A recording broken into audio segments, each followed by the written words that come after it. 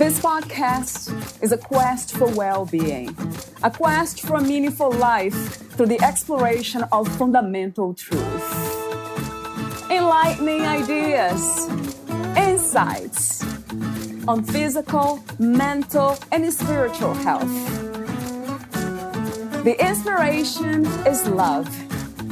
The aspiration is to awaken new ways of thinking that can lead us to a new way of being well. Welcome to Body, Mind, and Soul Healing Conversations.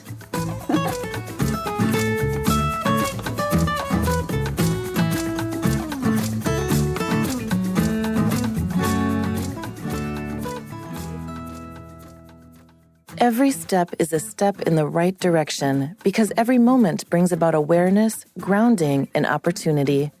In her book, The Opportunity in Career, Dr. Katrina takes the reader through a thoughtful, researched, and step-by-step guide to cancer recovery. Her focus on moving beyond survival and transforming to thriving is a novel approach that is grounded in research and illustrated through the case studies. Valeria interviews Dr. Katrina Cox. She is the author of The Opportunity in Cancer, How to Radically Transform Your Cancer Recovery Journey. Dr. Katrina Cox is a naturopathic doctor, a lover of science, nature, and the human body. As a healthcare practitioner, she's passionate about observing, researching, and connecting with cancer survivors. Witnessing the inspirational journeys of her parents and patients have allowed her to see the opportunity that cancer presents to each of us. As the author of the international best-selling book, The Opportunity in Cancer, she hopes to bring awareness and a new framework to explore solutions to the many challenges that cancer survivors and their families face. Ultimately, her goal is to help survivors begin their recovery journey on their own terms, at their own speed, and in the comfort of their own homes. With over a decade of clinical experience as a naturopath doctor, Dr. Katrina Cox, ND, is dedicated to the patient experience and understanding how to combine the research we discover daily with a truly healing process. Meet Dr. Katrina at theopportunityincancer.com and cancerremissionmission.com. Here's the interview with Dr. Katrina Cox.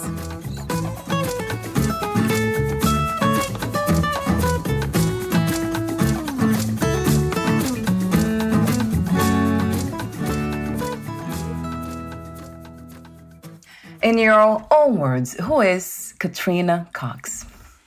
I am a mother, a healer, and a dedicated human that wants to connect with others on a level that is something bigger than myself. I feel that connection to others and their journeys and being able to connect, as a human is really important. And that's part of the gifts that I've been given. Yeah, it's truly beautiful to me. I love the way you say that. I think I never heard this before. A dedicated human. Never heard it that way. In a sense of contribution, helping others to become more human or to know what that is. How did you come to this understanding or to this mission, this purpose? Part of that is experience, but part of that is also the connection that I've had. I mean, I'm very lucky. My profession allows me to sit with people from all kinds of different backgrounds, from all kinds of different experiences. They all have a story.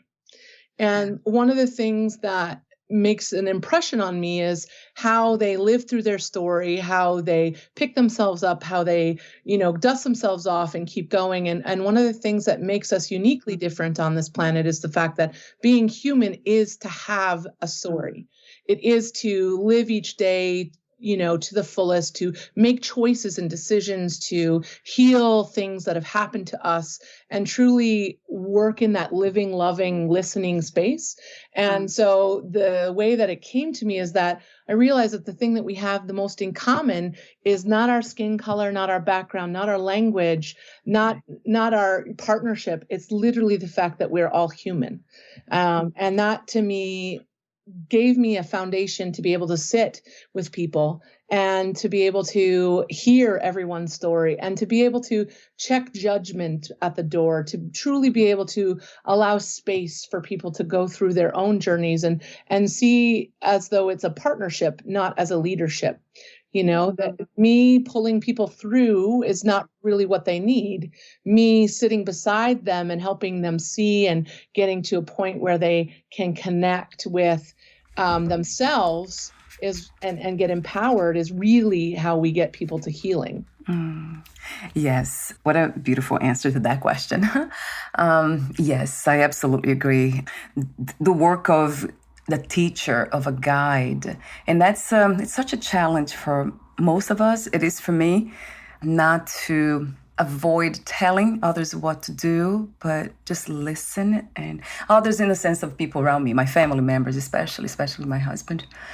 So that's the biggest challenge. How do we learn to guide others, but not tell them what to do? It is the work of listening, isn't it, Katrina? So the three L's. The three L's that I talk about, it's about listening, it's about living, and it's about love. Right. And so the way you're very right by saying, the people closest to us are the hard people. Yes. Because they're the people that we are so invested in. We want to see them reach their potential. We want to see them, not struggle, if it's our kids or, our partners. And so really that's a huge challenge for us. And so I live in a society where we don't put a lot of emphasis on listening. And we don't always are capable of filtering what we're listening to. And we're not able to actively listen. And that is a big thing, because there's no way to love if you're not listening. There's no way to live if you're not listening.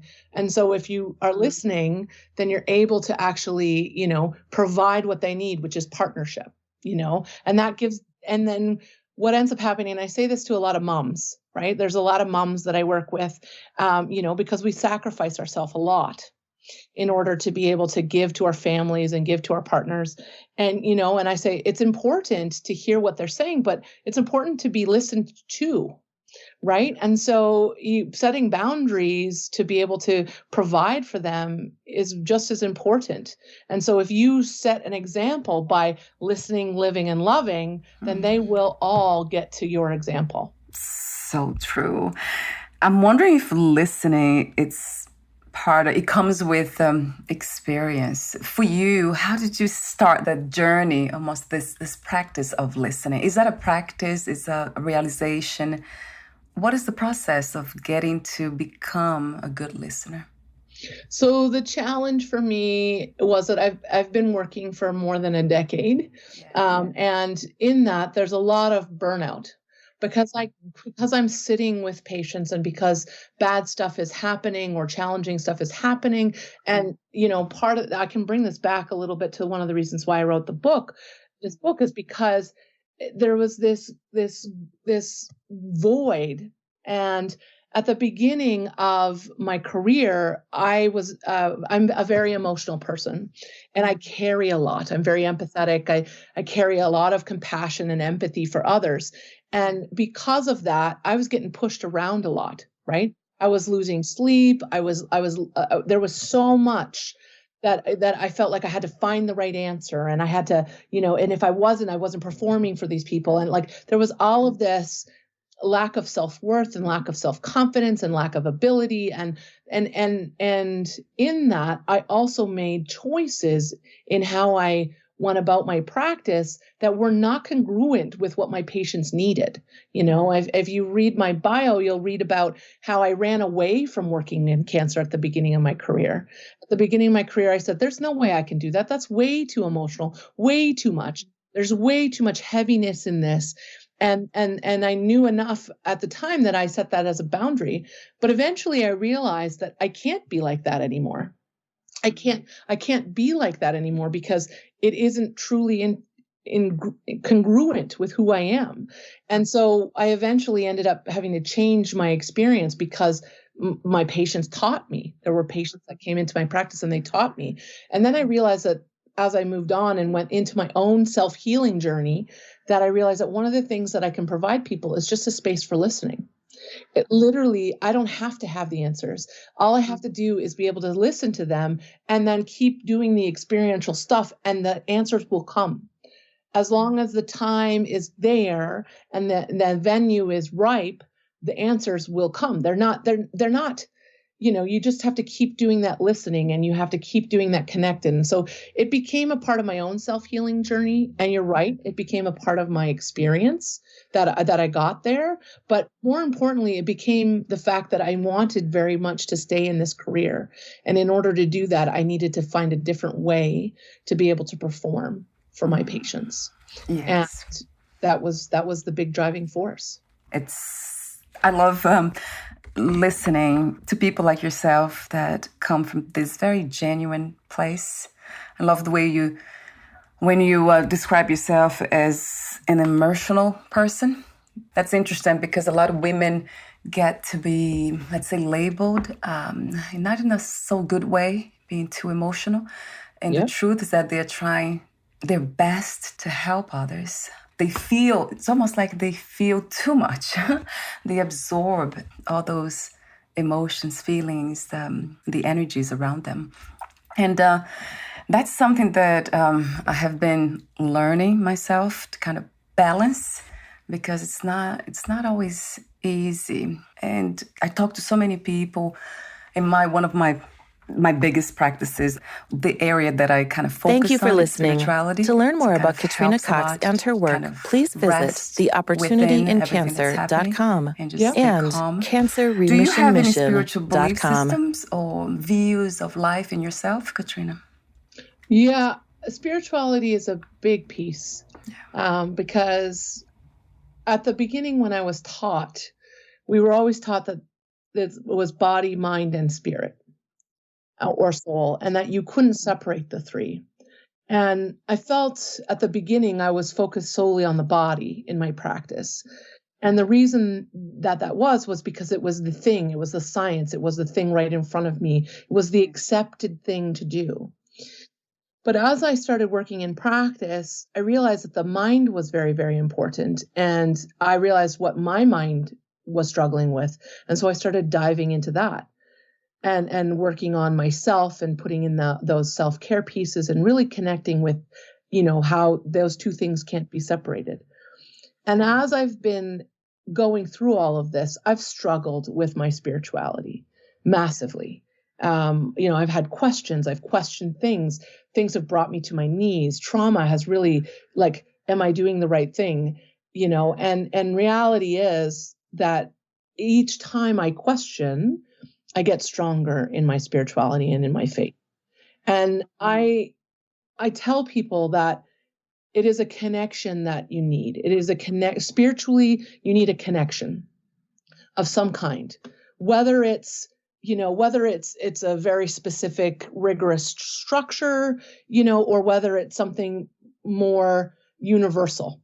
It really, for me, I have a foundation in spirituality that evolves based on experiences and connection.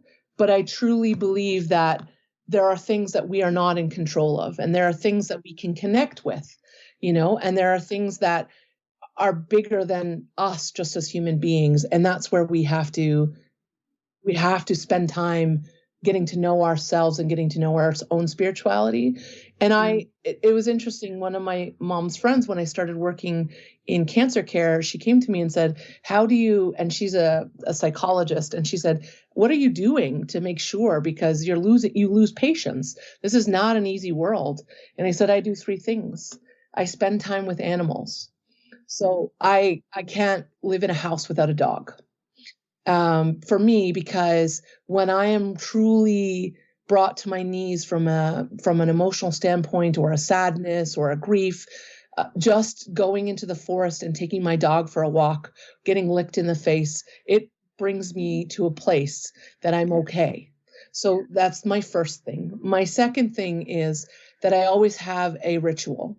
When I lose a patient or a patient passes, I always write a letter, or I sit and say some words, and I spend time with me and that person's soul, essentially, what I believe that person's soul is, to say what I need to say. And then the third thing is that I do something spiritual. So whatever that calls, whatever's being called for me. So whether that's going to church or listening to praise music, or whether it's out in the forest, or whether it's meditating, there's always something that brings that spirituality back into me. And so ultimately, I truly believe that now that I'm, almost 15 years into practice, that you can't separate them.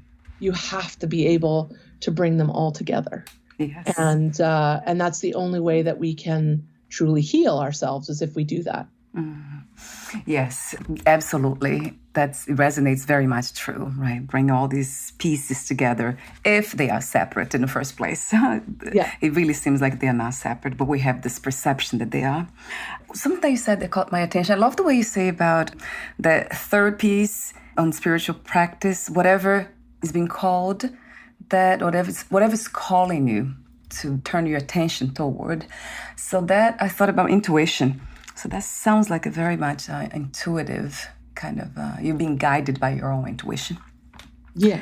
And another thing that caught my attention, you said so many things that I'm trying to keep notes here, is the things we cannot control. What have you found, Katrina, as of this moment? What are the things that we cannot control from your perspective? Pretty much anything, right? All we have control over, right, is literally how we respond or react to things, right? We have control over the decisions that we make that impact us. We don't have control over how other people feel.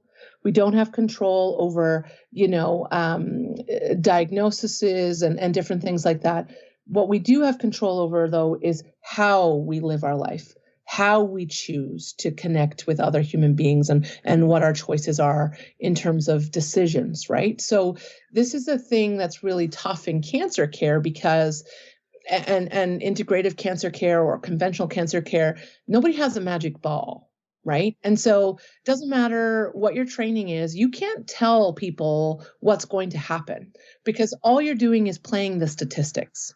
Right. And so if you say, this is what's going to happen, I'm like, but it only happens 94% of the time. So that means you're saying that there's still a 6% chance that you don't know what's going to happen. And so although the odds are in your favor, right, the reality is you have to be aware of the fact that there's a 6% chance that this isn't going to work the way you want it to. And so ultimately, every single thing that we do in life, we don't have control over whether lightning comes down or we get in a snowstorm or the trees fall. What we do have control over is the decisions that we make, and how we listen to our intuition, how we do right by ourselves, whether we say yes or no, how we respond and react, and that's the most important thing, is looking inward. And so that's not really control, but also it's responsive, right? And so this is a really challenging thing. And I'm really glad you brought this up, because one of the things that we talk about naturopathically about cancer is that it's a disease where people feel the most out of control. And so it actually, like you said at the beginning, it can be one of the most challenging processes that people go through when they get diagnosed. And it feels out of control. And so that's a big challenge for people to be able to let that go, and really focus on the things that they can do for themselves, the decisions that they can make. Yes, it's almost like choosing between love and fear. Yes. If life has one purpose only, what would that be? What comes to mind? Ooh. If life has one purpose. Yeah. Oh, I think it's to live it. Right. And so I would say a caveat to that is love. Right. But to really live life. So that's through experience, through connection, through love, through challenge, through perseverance, through growth, through change. Right. That I think if there's one purpose in life, it's to live. And that can be just as easy to be the wanderer who wants to travel, as well as the person who wants to, live in a 1 hour radius. What it doesn't mean is to hide, right? So there's a lot of people who can't find their courage or their bravery. And because of that, they're not able to fully live. And so they miss their purpose. Wow, that's a profound answer to that question. It made me think about, so it's not just living in the sense of living everything, even if that also means hiding, escaping. What are you saying? It's deeper than that. It's to having the courage not to escape life, not to escape the experiences, but to embody them. And that's interesting because I remember doing a lot of, I had been through a lot of trauma when I was young. And I remember kind of using spirituality as a way to escape all the horrors of life, of the experience of being a human. I remember doing that. And now it's not really, it's living everything, experiencing, engaging with the experience of being human, but without attachment. So there's a difference. There's a huge difference now between the way I was trying to deal with all this called life and now. And that's no different than a kid who plays video games and doesn't have friends. Do you know what I mean? Like, there are so many different ways that people can do things, and sometimes we judge them based on what they are, right? Mm-hmm. So we say one way is healthier than the other, but that's not true. Right. One way is just different than the other. No judgments. That's another beautiful message from you. No judgments, right? So when you say live, I'm very curious about these things. Just live to experience this. So even if we get lost into the experience in the sense of going deeper into suffering, would you consider that also being courageous enough to take on the whatever is present? Absolutely. You do. Okay. The depth of things that we experience, the challenge that we're faced, I truly believe it doesn't matter if we go deeper, right? It's just a matter of making sure that we're making those choices. It's the respect. So there's this level of respect, of understanding for people, right? So there are two people, they get diagnosed very similarly with the same kind of cancer, let's say, right? And the diagnosis is grim. There's one person who makes life changes, who connects with people, sets themselves up. And although at the end, right, they still pass away, they had this wonderful moments that they were experiencing for whatever time that is, 6 months, 3 months, 12 months, whatever. And then you have another person who hides, refuses treatment, doesn't want to see anybody, basically lives like a hermit and says, just waits for the day when it ends, essentially. And so those two people are examples. You can't judge how a person makes those choices. But if everyone believed that they could live, then you would have less people, hiding, right? You would have less people not connecting. And so it's okay sometimes to retreat, right? It's okay. And it's important, because you can't be out there all the time, right? There are times when you just have to sit quietly and be inside, right? But there are also times where you have to look and make choices. And I don't criticize either person for their journey, and I don't judge them. But I also say, if you can connect with the message of living, then you're going to choose whatever you're going to choose, but you're going to actually be able to live. Right. And so maybe that person who closes themselves in and doesn't want treatment, but maybe there's one person in the world that they want to, reach out to, and that would be enough. That would be enough for them to be able to say, I've lived, It's almost like sharing the experience, because we're all connected. It really feels that way. There's no disconnection here, but it feels like when we make the choice of connecting deeper within the human experience, then it makes a huge difference. That's what a lot of people call being human. Just regardless of what's happening, I'm still connecting deeply with myself and others. You know, you made me think about unconditional love for those who choose to kind of embrace the challenge, regardless of the intensity of that, and still connect with themselves and others. Do you see it the same way? That's what came to me, unconditional love. It's almost like loving life regardless. Yeah. And that's why love and living and listening are all in that circle. Yes. Right? And then the center of it is the courage to do all three of those, because you can't live without love and you can't love without listening. Right. And so you have to be a part of all of those. And when you are doing all of them simultaneously, you find your courage to be able to do each one of these things. So unconditional love means understanding, connection, curiosity, right? Asking questions so that you get to know somebody better instead of judging them based on the decisions that they make. Yes, that's what I love doing. I love asking questions. Sometimes I ask too many, to my husband especially. That's when it doesn't work. Here it works, not with him.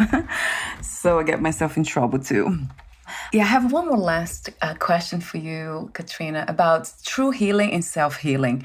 Are they one and the same from your perspective? Yeah, so yes, because you can't have true healing without healing thyself. Right. And so self-healing is just a journey, right? Yeah. And true healing is, what people are striving for. So they are on the spectrum. They go hand in hand. I mean, I can't say that I don't think that you would consider somebody truly healed unless they're working on self-healing as well. Yes, right. And the word healing kind of implies this continuity of it's dynamic, isn't it? It's might heal from one thing, but there's always something that gets out of balance, per se. The body, at the level of the body or mind, there's always something. So I always see healing as this journey, as you said. You used the word journey, right? It's never really there's no ending. It's not a straight line. Yeah, no destination, right? In a way, a final destination. So you wrote the book, The Opportunity in Cancer, How to Radically Transform Your Cancer Recovery Journey. The word journey here again, of course. So what was the main intention of writing this book, Katrina? The intention was to connect with a group of what I would consider lost people. A lot of people who go through the cancer journey, after they've been through treatment and diagnosis and all this stuff, they turn around and go, okay, so now what? Yeah. And there's not a lot of focus on, that recovery part. And a lot of people struggle. They struggle to reconnect with themselves. They're in a totally new body. There's all kinds of thoughts that they've never had before. There's all kinds of, there's disconnection with spirituality because there's so much fear in the cancer realm itself. And so I wrote this book for 3 reasons. One, so that people all over the globe could have an access to some system. They could read it and hopefully connect with the things that are being said, the thoughts, have some way of taking those thoughts and turning them into something, so that they can have a figure out where they start and reconnect with their intuition and make choices. I also wrote it so that they would have a system of questions so that they could, do right by themselves and not get overwhelmed by the massive quantity of information and all of the gurus that are out there that are saying things like, there's nothing wrong with any single person trying to help another person. The key, though, is making sure that you're connecting and partnering with the person that's right for you, because it's not about being led to water. It's about partnership, right? It's about holding hands together and connecting. You're still an expert in your body. If we take that away from you, then you're not able to do that. And so I wanted to give people the capacity and the awareness in the book to be able to ask questions to find the right partners. And then the third reason is because a lot of people who go through this journey, they don't have access. They don't know where to start. They don't have access. And so one of my friends mom's had breast cancer a while back, and she got to her 5 years. She was in remission. And at year 7, she actually took her own life. And my girlfriend had been asking her to come see me for 2 to 3 years after she was into her remissive state. And she kept saying, no, she didn't have enough money. No, she didn't, she didn't have enough time. She wasn't able to make. And so my girlfriend said to me, she knew that I had been thinking about writing a book. And she said, I need you to write it, because I think if I had been able to give it to my mom, that my mom would have been able to see and connect with you, or have a set of skills to see what it was and realize that she wasn't alone, that she wouldn't have been in the same place that she was.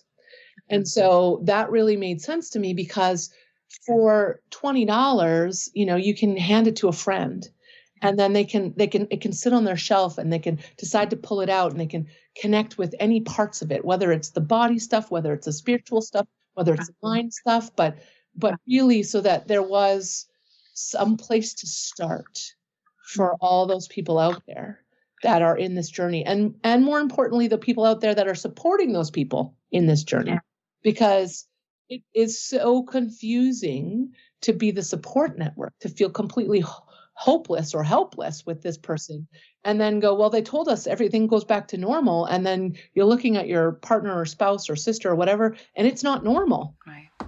Right? It doesn't feel normal. They don't look like the same person. They don't feel like the same person, because they're not, because the journey's changed. But how much better off would it be if those people in that support network would be able to understand better the journey? And so the best way to get to those people is to have something written. Right. Wow. That's beautiful. I keep saying that word because that's how it comes to me every time, as a vision. It's just beautiful what you're doing. The intention, which has a lot to do with the impact. Because a lot of times we have intentions that, like in my case, sometimes I talk to my husband, I have this beautiful intention to help him with whatever. But then the way he perceives the message, like telling him what to do, and then the impact is negative. So it's a great intention, but not the impact is not. That's what I'm looking for these days. And then reading your book, I was trying to put myself in that position, like being diagnosed with cancer, which I do a lot of visualizations and reflections, deep reflections on death. And then I thought about what would really kind of, in this book, from everything that's here in front of me, what would really make me, the mind, interested in reading the rest and going through the process. And then, of course, is what we've been talking about, that the section that you talk about love, listen, love, and live. Love, of course, was the first word that caught my attention. But then as I read that section, that would get me started for sure. So that's really beautifully done, Katrina, I have to say. Thank you. Yeah, I can't say, of course, I already do a lot of work, spiritual work and all that, but we will never know, right? The way we'll respond in facing trauma, because that's what cancer is, diagnosed. That's what has been said, and you talk about trauma too in your book. So we never know how we will respond to those things, but it's clear to me now that would get really me connecting with somebody like you or anyone who is delivering this message as a work. So thank you for being you. Thank you. And let's see. So the book, I have so many other sections here. It's very systematic, because I know that you have done lots of research, and I love your bio, because you say that naturopathic doctor, lover of science, nature, and the human body. So that caught my attention, and lover of science. So of course you would bring all these, the facts behind everything you say. And it's clearly there. There's so much information. So let's see. One curiosity, I know the book has the sections, I think it's 5 sections. Yep. With the steps. They are release, reclaim, restore, renew, and resilience. And you capitalize the E, the first E, in every word. Why do you capitalize them? Because it's the base of energy. So the key, so Yeah. you're right. It is a very systematic thing. The one way to combat overwhelm is to have systems. And the way to present it to people when they're feeling overwhelmed is in some sort of systematic process. And so if you just write spirit or soul or spirituality, there's a large percentage of the population that isn't even there. Right. And they and let me tell you, I love that you connected with that section the most. But when a patient has gone through what they've gone through, they're not thinking about that. Right? They're at a place where they're physically exhausted, right? And because they've been through this war, essentially, through treatment and through surgeries and radiations, and whether it's integrative or not, to bring in natural things to support the body, there is a level of exhaustion that exists. And so the ease and the capitalization to that is to be able to, it's the restart, everything is right? Yeah. And so the E really represents the energy piece, but it's that the re part, the RE part is the thing that is the most connective, right? It's the renew, it's the restore, right? And so, and that beginning part of the RE is so important to be able to see it from that energetic perspective, but to also, see it as new, right? It's the renew. It's not, it's not a new normal. I hate that. It's renewing who you are, right? And so, it's not about anything being new. It's about renewing, right? It's not about, stabilizing the body or, it's about restoring the physiology. So it's the secondary capitalization of that second letter is really to represent the fact that you may feel lost, you may feel overwhelmed, but it's nothing, but it's not new. It's renew, right? It's you are in there. We can get you back to you. It may not look the exact same as it did before, but you will feel like you again. You will restore who you are in your physical body, right? And so it's that is where the RE stands from, because we have a whole set of experiences that we've been through, including the trauma of the cancer journey. And so what we're doing is going back and finding those pieces and dusting off parts of the shelf and reconnecting those pieces. Yes, now it's very clear to me. Re-energizing. So in a way, it's like bringing back the energy that was once there. It will be in a different way, a different kind of energy, but it's still it.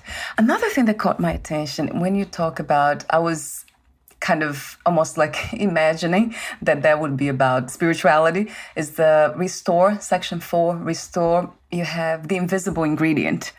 And then I was like looking for the spirituality piece, but very much is I see everything as spiritual. There's nothing that's not spiritual to me. So a breath work, yeah, that's the invisible ingredient. And that's, wow, that's such a fundamental one that we often forget, don't we, Katrina, to breathe? Absolutely.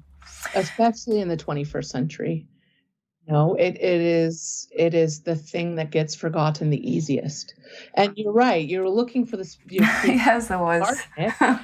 and then going, oh wait, there is more spirituality in this because it's more important than we think, right? Yes. So yes. It is so important. The oxygenation and what we get from breath. So I didn't even get to go into the spirituality connection of breath, right? The breath work, but.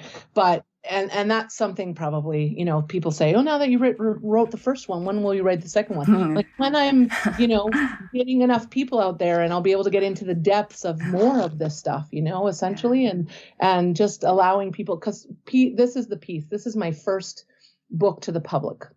And so I want to connect at a different level for different people. If you're at a place where you just want to focus on, the physiology part and the body part, great. There's an entire section in there on that, right? If you're a person that's like, okay, I got that. I know what I want to do. But what I'm hoping is that by having it all in one place, that eventually each piece will speak to every single person. And when that happens, then I get a little bit more freedom to be able to go, okay, so now let's talk about what else oxygen does for you, right? It's not only the invisible ingredient because it oxygenates our cells, but it also brings us back into ourselves, and we can talk about the spirituality components of it and all of the things that go along with it. Yes, right. And for me, I connected immediately with the breath work technique, as a practice, because I know that at the foundation of what we call spirituality, which is getting to know oneself deeper and truthfully, is all about going back to that sense of calm and peace, inner peace. So that really helped. The practice of breath work is so important, and that's why it's part of meditation too. And calm has to do a lot with energy and happiness. They are very much connected, all these. So there's another section. Here it is. I'm all over the place, but section 3, reclaim, I'm going back. The gift of fear. You write, fear is not good or bad. It is simply an emotional state. That was, I think I took from the keynotes, the key takeaways.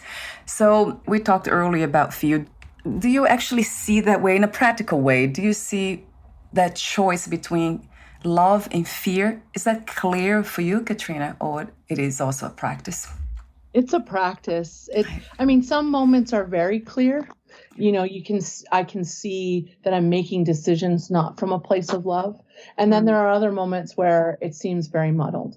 The piece around fear for me is, you're right, absolutely. It's not one thing or the other. But in my practice, what I've understood or what I've come to understand is that fear is literally an expectation of losing my values. So when I am, so I value human connection, I value life, I value, being a mom. There's all these things that I value, my health. When we start seeing fear, especially when it starts ruling our thoughts, what's happened is something's trampling on our value. So cancer's really good at this. A lot of us want to be healthy, right? Or we think we are, because we're doing our best to make those choices. And then all of a sudden we get a diagnosis, and it tramples all over our thought processes about what our body can do and what our body can handle.